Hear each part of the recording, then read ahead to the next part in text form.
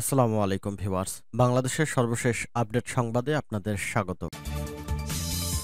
BNP এবং আওয়ামী লীগের বিভিন্ন উত্তেজনাপূর্ণ কর্মকাণ্ডের কারণে সারা দেশ উত্তাল। জানিয়ে দেব হাতে থাকা সর্বশেষ আপডেট বাংলা সংবাদ। প্রথমেই সংবাদ শিরোনাম। প্রথমেই জানিয়ে দেব নেতাকর্মীদের উপকূলীয় ক্ষতিগ্রস্তদের পাশে দাঁড়ানোর আহ্বান মির্জা ফখরুলের। এরপর জানিয়ে দেব বাথরুমে বসে টুকরো করা হয় আনারের লাশ। এদিকে ৯০ উপজেলায় ভোট নিতে প্রস্তুত ইসি। আরও জানিয়ে দিব বেনজিরের পরিবারের জমি, ফ্ল্যাট ও ব্যাংক হিসাব জব্দের প্রক্রিয়া শুরু। সর্বশেষ জানিয়ে দেব বহিষ্কার করেও ঠেকাতে পারছে না বিএনপি। এতক্ষণ শুনছিলেন সংবাদ শিরোনাম, এবারে বিস্তারিত। তবে অনুরোধ থাকবে ভিডিওটিতে একটি লাইক করবেন এবং কমেন্ট করে জানিয়ে দেবেন কোন নির্বাচনী এলাকা থেকে আপনি আমাদের এই ভিডিওটি দেখছেন। নেতাকর্মীদের উপকূলীয় ক্ষতিগ্রস্তদের পাশে দাঁড়ানোর আহ্বান মির্জা ফখরুলের। বিএনপির সকল অঙ্গ ও সহযোগী সংগঠনের সকল পর্যায়ের নেতাকর্মীকে অবিলম্বে উপকূলীয় এলাকার ক্ষতিগ্রস্ত মানুষের পাশে দাঁড়ানোর জোর আহ্বান জানিয়েছেন দলটির মহাসচিব মির্জা ফখরুল ইসলাম আলমগীর। মঙ্গলবার সকালে গণমাধ্যমে পাঠানো এক প্রেস বিজ্ঞপ্তিতে তিনি এই আহ্বান জানান। মির্জা ফখরুল বলেন, গতকাল দেশের উপকূলীয় এলাকার বিভিন্ন জেলায় প্রবল ঘূর্ণিঝড় রেমালের আঘাতে এ পর্যন্ত প্রাপ্ত তথ্য মতে ১৬ জনের মৃত্যু, ৪০ লাখের কাছাকাছি মানুষ বিচ্ছিন্নভাবে ক্ষতিগ্রস্ত, ১,৫০,০০০-এর অধিক ঘরবাড়ি বিধ্বস্ত, গবাদি পশুসহ অসংখ্য গাছপালার ক্ষয়ক্ষতি এবং দুর্গত এলাকায় বিদ্যুৎ বিচ্ছিন্ন হয়েছে। বয়ে যাওয়া ঘূর্ণিঝড়ের ছোবলে হতাহতের ঘটনায় গভীর শোক, দুঃখ ও সহমর্মিতা জ্ঞাপন করেন তিনি। এছাড়া ঘূর্ণিঝড়ে দেশের উপকূলীয় এলাকায় অসংখ্য ঘরবাড়ি বিধ্বস্ত, বিপুল সংখ্যক মানুষ আহত, নিখোঁজ এবং গবাদি পশু, ফসলি জমি ও গাছপালা বিধ্বস্ত হওয়ায় তিনি গভীর উদ্বেগ প্রকাশ করেন। বিবৃতিতে বিএনপি মহাসচিব বলেন, ঘূর্ণিঝড় রেমালের আঘাতে এ পর্যন্ত ১৬ জনের প্রাণহানির খবরে দেশবাসীর মতো আমিও গভীরভাবে শোকার্ত ও মর্মাহত হয়েছি। এমন মর্মান্তিক প্রাকৃতিক দুর্যোগ ও হৃদয় বিদারক ঘটনায় দুঃখ প্রকাশের ভাষা আমার জানা নেই। এদেশের মানুষ প্রাকৃতিক দুর্যোগের সাথে লড়াই করেই টিকে থাকে। যুগ যুগ ধরে এদেশের কষ্ট সহিষ্ণু মানুষ প্রাকৃতিক দুর্যোগ সহ নানা প্রতিকূল পরিস্থিতি মোকাবেলা করে নতুনভাবে সামনের দিকে এগিয়ে গেছে। আমি বিশ্বাস করি সংশ্লিষ্ট অঞ্চলের দুর্যোগ কবলিত মানুষ ব্যথা বেদনা ও ক্ষয়ক্ষতি কাটিয়ে উঠে নব উদ্যমে আবার সবকিছু গড়ে তুলতে সক্ষম হবে। তিনি আরো বলেন, আমি মহান রব্বুল আলামিনের কাছে দোয়া করছি তিনি যেন ঘূর্ণিঝড় কবলিত সহায় সম্বলহীন ক্ষতিগ্রস্ত মানুষকে কষ্ট সইবার ক্ষমতা দান করেন। বাথরুমে বসে টুকরো করা হয় আনারের লাশ। ঝিনাইদহ ৪ নং আসনের সংসদ সদস্য মোহাম্মদ আনোয়ারুল আজিমকে হত্যার পর লাশ টুকরো করার বর্ণনা দিয়েছে জড়িতরা। কলকাতায় গ্রেপ্তার জিহাদ হাওলাদার ওরফে কসাই জিহাদ জানান, নিউটাউনের সঞ্জীবা গার্ডেনের বাথরুমে টুকরো টুকরো করা হয় এমপি আজিমের লাশ। পরে সেগুলো পলিথিনে ভরে ট্রলিতে করে নিয়ে বিভিন্ন এলাকার খালের মধ্যে ফেলে দেয় তারা। সোমবার ২৭ মে তদন্ত সংশ্লিষ্ট একাধিক দায়িত্বশীল সূত্রে এই তথ্য পাওয়া গেছে।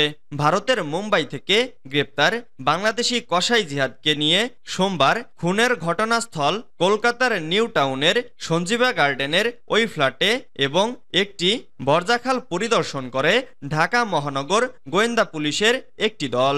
এর আগে জিহাদকে দফায় দফায় জিজ্ঞাসাবাদ করেন কলকাতায় থাকা ডিবির সদস্যরা। তাকে জিজ্ঞাসাবাদের বরাতে এসব তথ্য জানিয়েছে ডিবি কর্মকর্তা। কলকাতা থেকে ডিবির ওয়ারি বিভাগের উপকমিশনার আব্দুল আহাদ বলেন, আমরা সোমবার জিহাদকে নিয়ে ঘটনাস্থলে গিয়েছি। ফ্ল্যাটের একটি বাথরুমের ভেতর বসে খুনিরা লাশ টুকরো টুকরো করেছিলেন। মাংসের টুকরো, হাড় নিয়ে যেখানে ফেলা হয়েছে সেই খালেও গিয়েছিলাম। তবে সোমবার সন্ধ্যা পর্যন্ত নিহত আনারের লাশের কোনো অংশ উদ্ধারের তথ্য জানাতে পারেনি তদন্ত সংশ্লিষ্টরা। 90 উপজেলায় ভোট নিতে প্রস্তুত ইসি। তৃতীয় দফার উপজেলা পরিষদ নির্বাচন অনুষ্ঠিত হতে যাচ্ছে বুধবার 29 মে। নির্বাচন অবাধ, সুষ্ঠু ও শান্তিপূর্ণ করতে ইতোমধ্যে সব ধরনের ব্যবস্থা নেওয়ার কথা জানিয়েছে নির্বাচন কমিশন। এ উপলক্ষে নির্বাচন কমিশন আইনশৃঙ্খলা রক্ষায় নিয়েছে ব্যাপক প্রস্তুতি। ভোটারদের কেন্দ্রমুখী করতে নেওয়া হয়েছে নানা পদক্ষেপ। ভোটের পরিবেশ নিয়ন্ত্রণে রাখতে মাঠে নামানো হয়েছে বিজিবি, পুলিশ সহ অন্যান্য আইনশৃঙ্খলা রক্ষাকারী বাহিনী।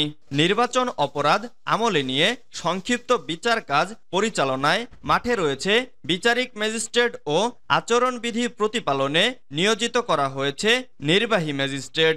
সুষ্ঠু নির্বাচনের লক্ষ্যে গঠিত বিভিন্ন টিমের বিষয়ে ইসির এক নির্দেশনায় বলা হয়েছে, ভিজিল্যান্স টিম ও অবজারভেশন টিম, মনিটরিং টিম ও আইনশৃঙ্খলা রক্ষাকারী সেল গঠন এবং ওই টিমসমূহের কার্যক্রম নির্ধারিত 3 দিন পর পর বা ক্ষেত্রমতো তাৎক্ষণিক নির্বাচন কমিশন সচিবালয়কে অবহিত করতে হবে। রিটার্নিং কর্মকর্তা টিমসমূহ কর্তৃক নির্বাচিত কমিশন সচিবালয়কে অবগত করানোর জন্য নির্দেশনা দেবেন। এছাড়া উপজেলা নির্বাচনের সামগ্রিক কার্যক্রম শান্তিপূর্ণভাবে সম্পন্ন করার লক্ষ্যে আইনশৃঙ্খলা রক্ষাকল্পে সংশ্লিষ্ট জেলা প্রশাসক ও পুলিশ সুপারের সঙ্গে পরামর্শক্রমে বিস্তারিত কর্মপরিকল্পনা প্রণয়ন করতে রিটার্নিং কর্মকর্তাকে নির্দেশনা দেওয়া হয়েছে। তৃতীয় ধাপের আনুষ্ঠানিক প্রচারণা সোমবার মধ্যরাতে শেষ হয়েছে। এই ধাপে 109 উপজেলায় ভোট গ্রহণের কথা থাকলেও ঘূর্ণিঝড় রেমালের কারণে 19টি উপজেলার ভোট স্থগিত করেছে নির্বাচন কমিশন। গতকাল রাত 12টায় শেষ হয়েছে এই ধাপের প্রচারণা। বেনজির পরিবারের জমি, ফ্ল্যাট ও ব্যাংক হিসাব জব্দের প্রক্রিয়া শুরু। পুলিশের সাবেক মহাপরিদর্শক বেনজির আহমেদ ও তার স্ত্রী সন্তানদের স্থাবর সম্পদ জব্দ ও ব্যাংক হিসাব দুর্নীতি দমন কমিশনের পাবলিক প্রসিকিউটর মাহমুদ হোসেন জাহাঙ্গীর জানিয়েছেন, বেনজির আহমেদ ও তার পরিবারের সদস্যদের নামে থাকা জমি যাতে হস্তান্তর না হয় সেজন্য সংশ্লিষ্ট জেলার সাব রেজিস্ট্রার বরাবর আদালতের জব্দের আদেশ পাঠানো হয়েছে। ব্যাংক হিসাবের অর্থ যাতে হস্তান্তর বা রূপান্তর না হয় সেজন্য আদালতের আদেশ পাঠানো হয়েছে সংশ্লিষ্ট ব্যাংককেও। এর আগে বেনজির আহমেদের জব্দ ও অবরুদ্ধ স্থাবর অস্থাবর সম্পদ বিক্রি হস্তান্তর বন্ধে সরকারের সংশ্লিষ্ট দপ্তরে আদালতের আদেশের কপি ও চিঠি পাঠিয়েছে দুর্নীতি দমন কমিশন দুদক। সোমবার দুদকের ঢাকাস্থ প্রধান কার্যালয়ের বিশেষ অনুসন্ধান টিম আদেশের কপি পাঠায়। সূত্র জানায়, বেনজির ও তার পরিবারের সদস্যদের নামে জব্দ জমি বিক্রি হস্তান্তর বন্ধে আদালতের আদেশের কপি সংশ্লিষ্ট জেলা রেজিস্ট্রার ও সংশ্লিষ্ট সাব রেজিস্ট্রারের কাছে পাঠানো হয়েছে। জমি অন্য কারো নামে যাতে নামজারি না করা হয় সেজন্য আদালতের রায়ের কপি সংশ্লিষ্ট জেলা প্রশাসক ও সংশ্লিষ্ট অ্যাসিল্যান্ট অফিসে পাঠানো হয়। বহিষ্কার করেও ঠেকাতে পারছে না বিএনপি। রংপুরের 8 উপজেলার 4টিতে 2 ধাপে নির্বাচন সম্পন্ন হয়েছে। বাকি 4টির মধ্যে তৃতীয় ধাপে 2 উপজেলায় 29 মে এবং 2 উপজেলায় চতুর্থ ধাপে 5 জন ভোট গ্রহণ অনুষ্ঠিত হবে। কেন্দ্রীয়ভাবে বিএনপি এই নির্বাচন বর্জন করলেও দলের সিদ্ধান্ত উপেক্ষা করে রংপুরের বিভিন্ন উপজেলায় চেয়ারম্যান ও ভাইস চেয়ারম্যান পদে দলটির নেতাকর্মীরা প্রতিদ্বন্দ্বিতা করছেন। তবে প্রথম, তৃতীয় ও চতুর্থ ধাপের নির্বাচনে অংশ নেওয়ায় রংপুরের 4 উপজেলার 7 নেতাকে দল থেকে বহিষ্কার করেছে বিএনপি। তারপরও দলের তৃণমূল নেতাকর্মীকে নির্বাচন থেকে বিরত রাখতে পারেনি।